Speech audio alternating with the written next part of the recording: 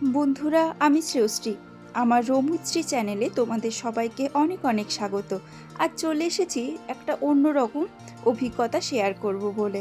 এখন প্রায় 7:30 বাজে। আমরা কাটরার হোটেল থেকে রওনা হয়েছি কাটরা রেল স্টেশনের উদ্দেশ্যে, যাব শ্রীনগরে। যদিও কাটরা থেকে শ্রীনগর যেতে গেলে আপনি গাড়ি বুক করতে পারেন বা ফ্লাইটে যেতে পারেন, কিন্তু আমরা চুজ করলাম যে পাবলিক ট্রান্সপোর্টে যাব। এটা কাটরা স্টেশন। এখানে অনেক সামনে চায়ের দোকান আছে। যেহেতু হাতে সময় ছিল, তাই আমরা চা খেয়ে ধীরে ধীরে এগিয়ে চললাম স্টেশনের দিকে। কাটরা স্টেশন থেকে 8:35-এ মালওয়া এক্সপ্রেস আছে, যেই ট্রেন দিয়ে গিয়ে আমাদের নামতে হবে উদমপুরে। কাটরা স্টেশন থেকে উদমপুর স্টেশন ভাড়া ট্রেনে 45 টাকা। এখানে স্টেশনে ঢুকতে গেলে এয়ারপোর্টের মতো প্রত্যেকটা ব্যাগ স্ক্যান করে তারপরে ঢুকতে হয়। প্রথমে আমরা ভাবলাম টিকিট কাউন্টারে লাইন দেব, লাইন দিয়ে টিকিট কাটবো, কিন্তু হঠাৎ করে খেয়াল হলো যে এটা ইনকোয়ারি, টিকিট কাউন্টার দুপুর 1টার পর খুলবে। তো হঠাৎ করে অনেক টেনশন করার পরে মাথায় এলো যে আমরা ইউটিএস থেকে কাটবো। কিন্তু এখানে আরেক সমস্যা হলো, কারণ আমাদের ওয়েস্ট বেঙ্গলের সিম এখানে কাজ করছে না, জম্মু কাশ্মীরে নতুন সিম নিতে হয়েছে। তখন আবার জম্মু কাশ্মীরের সিম দিয়ে ইউটিএস ডাউনলোড করে দাদার পেটিএম নাম্বার ইউজ করে পিন ওখান থেকে কালেক্ট করে আমরা ইউটিএসে টিকিট কাটলাম। কাটরা স্টেশনের পেছন দিকে ত্রিকুট পর্বত দেখা যাচ্ছে, সাথে আকাশে রয়েছে মেঘের খেলা। ভীষণ সুন্দর লাগছে এই দৃশ্যটা। ট্রেনে চাপলাম, ট্রেন ছেড়েও দিল। কাটরা স্টেশন থেকে উদমপুর যেতে সময় লাগে প্রায় আধ ঘন্টা মতো। ধীরে ধীরে ট্রেন চলতে শুরু করেছে। আমরাও মা বৈষ্ণোদেবী মন্দিরের দিকে তাকিয়ে প্রণাম করে আমাদের যাত্রা শুরু করলাম। অনেকটা পথ অতিক্রম করে রাস্তা টানেলের মধ্যে দিয়ে আমরা ক্রমশ এসে নামলাম উদমপুর স্টেশনে। উদমপুর স্টেশন থেকে অটো ভাড়া করে আমরা গেলাম বাইপাসে, যেখান থেকে বানিহাল যাওয়ার জন্য রিজার্ভ গাড়ি পাওয়া যায়।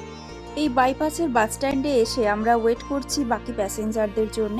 বাকি প্যাসেঞ্জার ভর্তি হতে আমাদের গাড়ি ছাড়লো, সেক্ষেত্রে একটু লেট হলো। আমরা বানিহাল থেকে 1:25-এর ট্রেন ধরবো আবার। উদমপুর থেকে বানিহালের ডিস্টেন্স প্রায় 88 কিলোমিটার।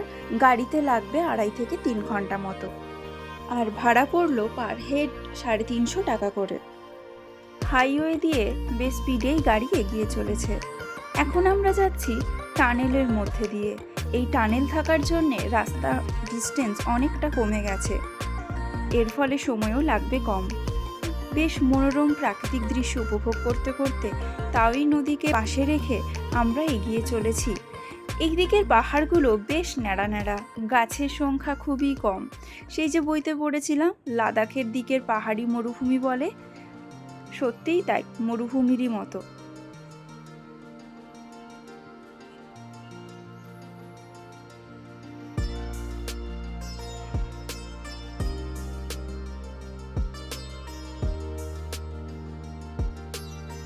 গল্প করতে করতে ড্রাইভার বললেন এই পাহাড়গুলো থেকে বেশ ধস নামে, তাই ভীষণ সাবধানে চালাতে হয়। চারিদিকে রাস্তা টানেল তৈরি হচ্ছে। সকালে আমরা যেভাবে ট্রেনের টিকিট কেটেছিলাম, এত বাধা পেরিয়ে ট্রেনে ধরতে পেরে নিজেদেরকে বেশ লাকি মনে হচ্ছিল ভগবান আমাদের সাথেই আছে, তাই এটা সম্ভব হলো। আর 4 কিলোমিটার মতো বাকি বানিহাল স্টেশন যেতে, আর 10 থেকে 15 মিনিট সময় লাগবে। কিন্তু এ কি, হঠাৎ দেখলাম যে গাড়িগুলো সব দাঁড়িয়ে পড়েছে। যদিও রাস্তা ক্লিয়ার আছে, কিন্তু গাড়িগুলো দাঁড়িয়ে যাওয়ার কারণ কেউই বুঝতে পারছে না, ড্রাইভারদের কাছেও কোনো খবর নেই। তাই যতটা এগিয়ে নিয়ে যাওয়া যায় ড্রাইভার তাই চেষ্টা করলেন আমাদেরকে যতটা সম্ভব সামনের দিকে এগিয়ে নিয়ে যেতে।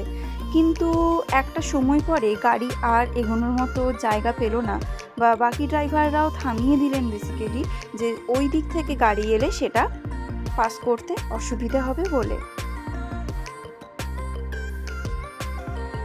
গাড়ি থেমে যাওয়ার পর জানতে পারলাম যে সামনে প্রায় 1 কিলোমিটার আগে ধস নেমেছে।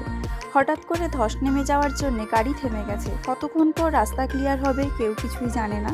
সাথে যদিও খাওয়ার ছিল, কিন্তু আমাদের কাছে জল ছিল না, তাই দুপুরের ট্রেনটা তো ধরতে পারবোই না, মিস গেল। বিকেলে 4টে নাগাদ একটা ট্রেন আছে, সেটা কপাল ভালো থাকলে যদি আমরা রাস্তা পেরোতে পারি তবে হয়তো পেতে পারি, কিন্তু ড্রাইভার বললেন সেটা সম্পূর্ণ ওপরওয়ালার ইচ্ছে। অগত্যা আমরা নেমে সামনের দিকে এগিয়ে যেতে থাকলাম ড্রাইভারের পরামর্শে।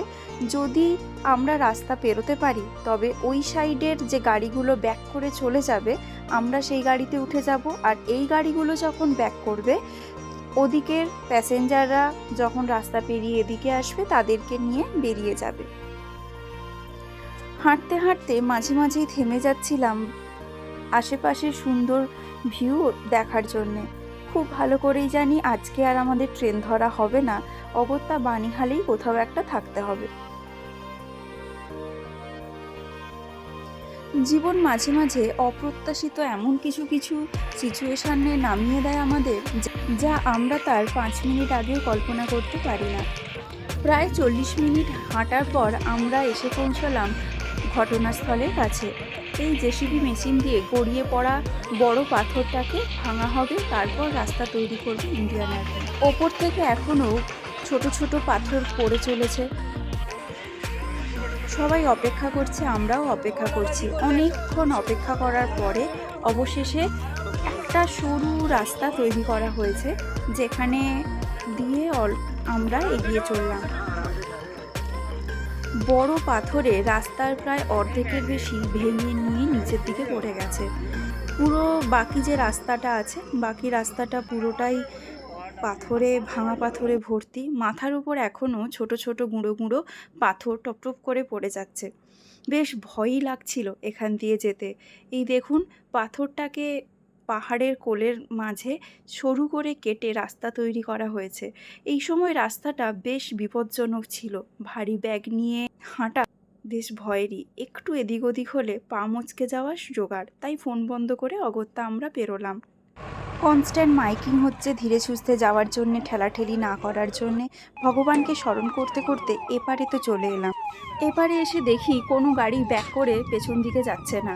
পুলিশকে জিজ্ঞেস করলাম, বলল দেখুন যদি কোনো গাড়ি ব্যাক করে যায় তাহলে তাতে যেতে। প্রচণ্ড জল তেষ্টা পেয়েছে, কোনো দোকান নেই।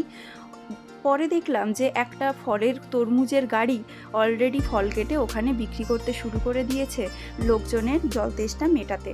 এই গরমের মধ্যে পাহাড়ি রাস্তায় এতটা হাঁটার পর আমরাও ভীষণ ক্লান্ত, তাই আমরাও লাইন দিয়ে দাঁড়িয়ে পড়লাম ফল কেনার জন্যে। যেহেতু আমরা ট্যুরিস্ট, তাই ওনারা বললেন ট্যুরিস্টদেরকে সবার আগে ফল দেওয়া হবে, আমাদেরকে দিয়ে দিলেন। অনেকক্ষণ অপেক্ষা করার পর হঠাৎ দূরে শুনতে পেলাম যে কিছুজন পাঞ্জাবি লোক একজন ছোটা হাতির ড্রাইভারের সঙ্গে কথা বলছেন, কিন্তু তাদের কোনো ল্যাঙ্গুয়েজ আমি বুঝতে পারছি না। শুধু একটা ওয়ার্ড বুঝতে পেরেছি, স্টেশন। আর সেই ওয়ার্ড শুনেই আমি ব্যাগ ফেলে ছুটে গেলাম। গিয়ে তাদের সঙ্গে কথা বলে বুঝলাম যে তারাও স্টেশনে যাচ্ছে, ওই সেম ট্রেন ধরে শ্রীনগর যাবে বলে।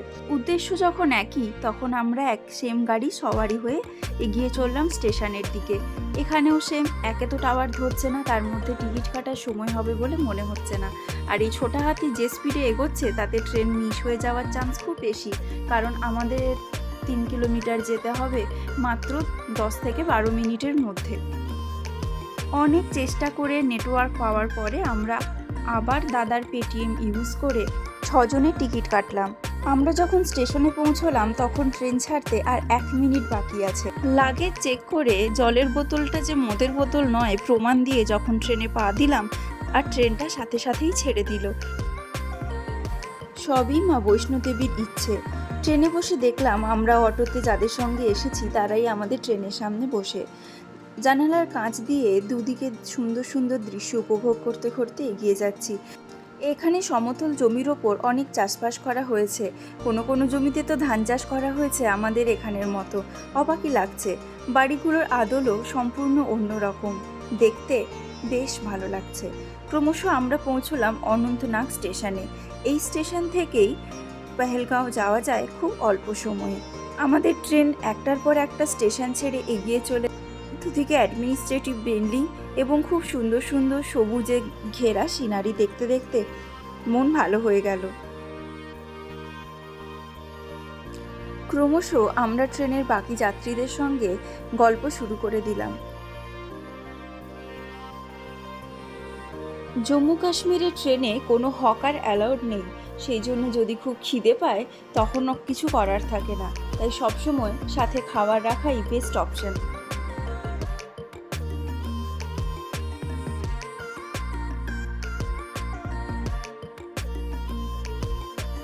আমরা এসে নামলাম আমাদের গন্তব্য শ্রীনগরে। এখানে লোকাল প্যাসেঞ্জারের থেকে আমরা জেনে নিলাম কিভাবে আমাদের ডাল লেকের আশেপাশে আমরা হোমস্টে বা হোটেল পেতে পারি। এখান থেকে আমাদেরকে ডাল লেকের কাছে যাওয়ার জন্যে অটো রিজার্ভ করতে হবে। আমরা সেদিকেই এগিয়ে চললাম। এখানে অটোর সঙ্গে হোটেল অবধি চুক্তি করে আমরা উঠে পড়লাম অটোতে। দুদিকে বড় বড় পাহাড় আর সুন্দর বাড়ি দেখতে দেখতে এবং অনেক রাস্তা পেরিয়ে আমরা ক্রমশ এগিয়ে চলেছি ডাল লেকের দিকে।